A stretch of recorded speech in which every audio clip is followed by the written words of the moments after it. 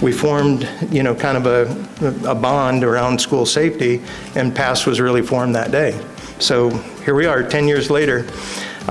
This is you in this room here. So the people in this room are industry associations, school association leaders. We've had agencies, architects, engineers. A whole bunch of people got together and started with the version 1 of the guidelines. Right now we're coming upon version 7, probably going to be released, what, this summer? About this time next year. Next year? Okay.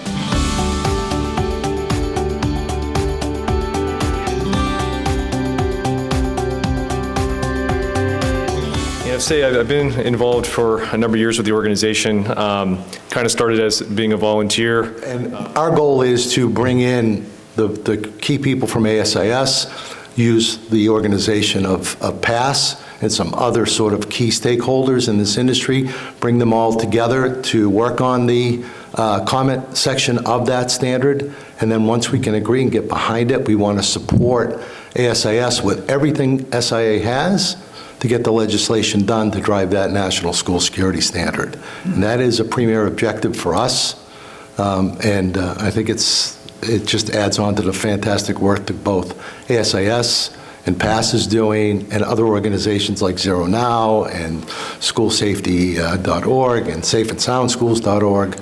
There's so many people trying to make our schools safer. And what we really want to try to do is build one collaborative effort that we can all get behind, so that Washington cannot ignore us and state legislators cannot ignore us.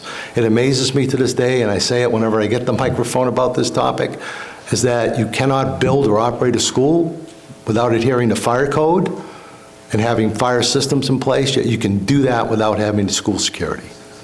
I will say to you, as a K-12 practitioner, as a security director, this program, PASS, I've seen it, the components, the things that you as, how do I say this, supporters of PASS, implementers, helping us as K-12 end users to implement, it has saved lives and protected lives on a daily basis.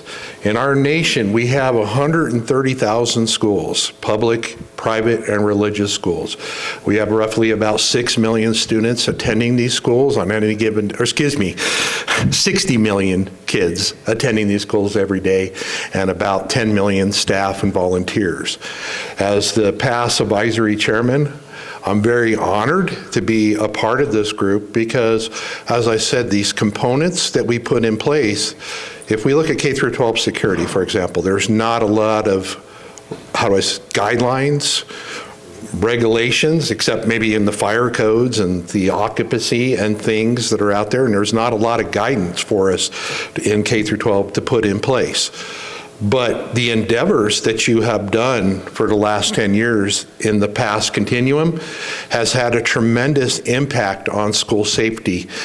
So to talk a little bit about our technical committee, it is just monumentally exploded since revision 4. I think, Jake, you had mentioned about revision 4, how we kind of changed the dynamic to it.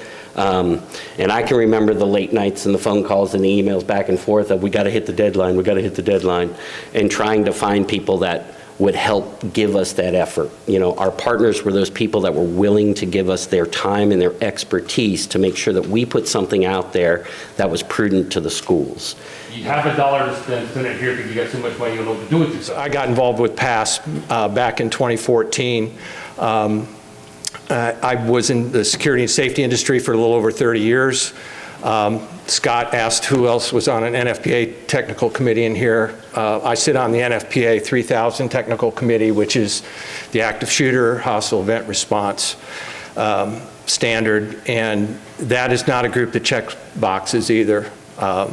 That is a group of hardworking law enforcement, fire, EMS folks that, anybody got any idea when the last time someone died in a school fire was? 1958. 1958. Here you go. Why is that? Why? Because we have codes. We have codes, and we plan, and we prepare, and we practice.